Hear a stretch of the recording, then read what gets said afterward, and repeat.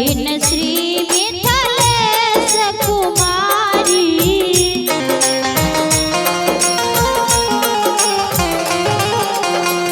दुल्हा दुल्हरुआ श्री अवध बिहारी।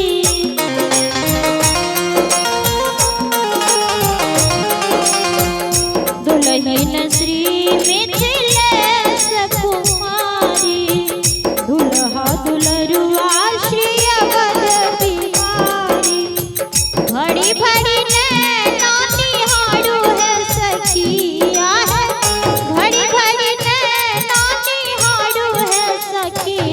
चित चढ़ा के आरती उतारू है सखी। मन मोहन के आरती उतारू है सखी।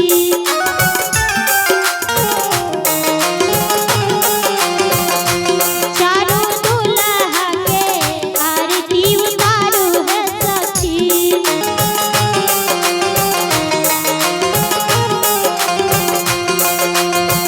मणि मंडप मंगल राजे।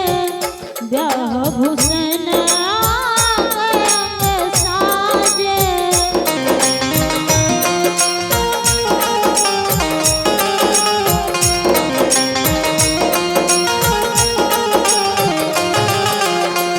तन मन धन न्युछारू है सखिया है। तन मन धन न्युछारू है सखी। प्रिय पाहुन के आरती उतारू है सखी। चित चढ़ा के आरती उतारू है सखी। मन मोहन के आरती उतारू है सखी। चारों दुल्हा के आरती उतारू है सखी।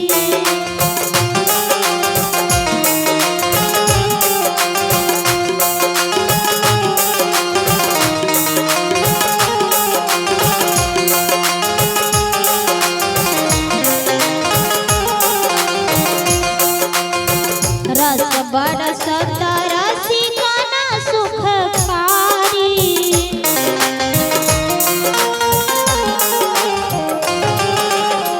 मुस्कान मंदा मधुर मनहारी।